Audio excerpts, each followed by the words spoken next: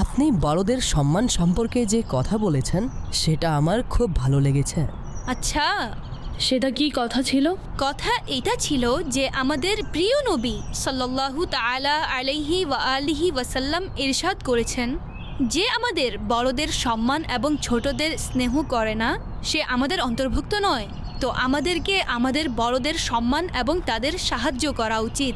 মাশাআল্লাহ, সুবহানাল্লাহ। আমরাও বড়দের সম্মান করব এবং তাদের সাহায্য করব।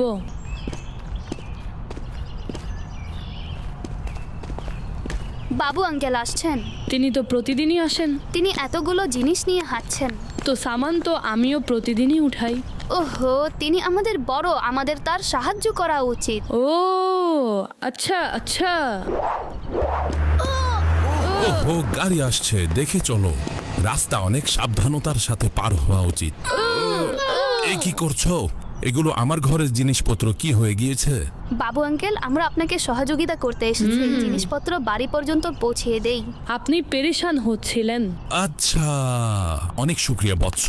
আসো আসো। উপরে উঠান, কি হয়ে গিয়েছে? আচ্ছা আচ্ছা। মাশাআল্লাহ মাশাআল্লাহ, বাচ্চারা কত আদববান হয়ে গিয়েছে। আল্লাহ তাদেরকে সুখে রাখুন।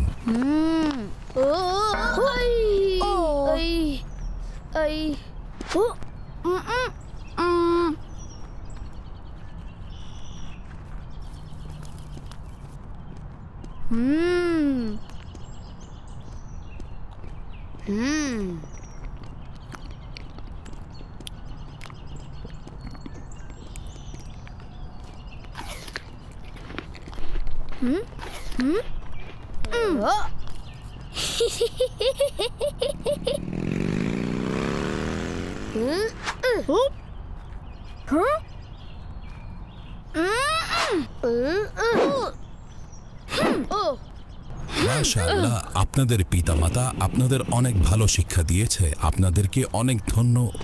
হ্যাঁ, এ কি? ওফ, ইয়া আল্লাহ, আমার ঘরের সব জিনিসপত্র নষ্ট করে দিয়েছে।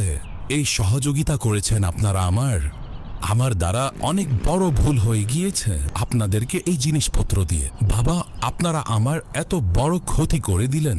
অনেক খারাপ বিষয় এটা। আমি আপনাদের বাবা মায়ের সাথে কথা বলবো। আমাকে আমার আব্বু অনেক বকা দিয়েছে, যা আমরা বাবু আঙ্কেলের সাথে করেছি তার জন্য।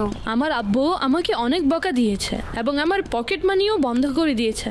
এবং বাবু আঙ্কেলের যত ক্ষতি হয়েছে তার জরিমানাও আব্বুকে দিতে হয়েছে। আমি তো সরিও বলে এসেছি। আমাকেও এখন সরি বলতে যেতে হবে। আমারও পকেট মানি আব্বু বন্ধ করে দিয়েছে। এবং আমাদেরও এমনটা করা উচিত ছিল না। তিনি আমাদের বড়। এবং কত ক্ষতি হয়েছে বাবু আঙ্কেলের। আল্লাহু আকবার, আল্লাহু আকবার। নামাজের সময় হয়ে গিয়েছে। বাস এখন গোলাম রাসূল ভাইও চলে আসবে। আমরাও কোনো অজুহাত দিয়ে দিব। আসসালামু আলাইকুম, চলুন নামাজের জন্য। ওয়া আলাইকুম আসসালাম। আপনি চলুন, আমরা আসছি। আসুন একসাথেই যাই। গোলাম রাসূল ভাই, আপনি যান না, আমরা আসছি। আপনারা কি জানেন নামাজের গুরুত্ব কত? এতটাও তাড়াহুড়ো কিসের? আপনারা খেলাধুলার জন্য নামাজকে এড়িয়ে যেতে শুরু করেছেন। আমাদের প্রিয় নবী হযরত মুহাম্মদ সাল্লাল্লাহু আলাইহি ওয়াসাল্লাম ইরশাদ করেছেন, যে ব্যক্তি জেনে বুঝে নামাজ ছেড়ে দেয় তার উপর থেকে আল্লাহ তাআলার দায়িত্ব উঠে যায়। আস্তাগফিরুল্লাহ, আস্তাগফিরুল্লাহ।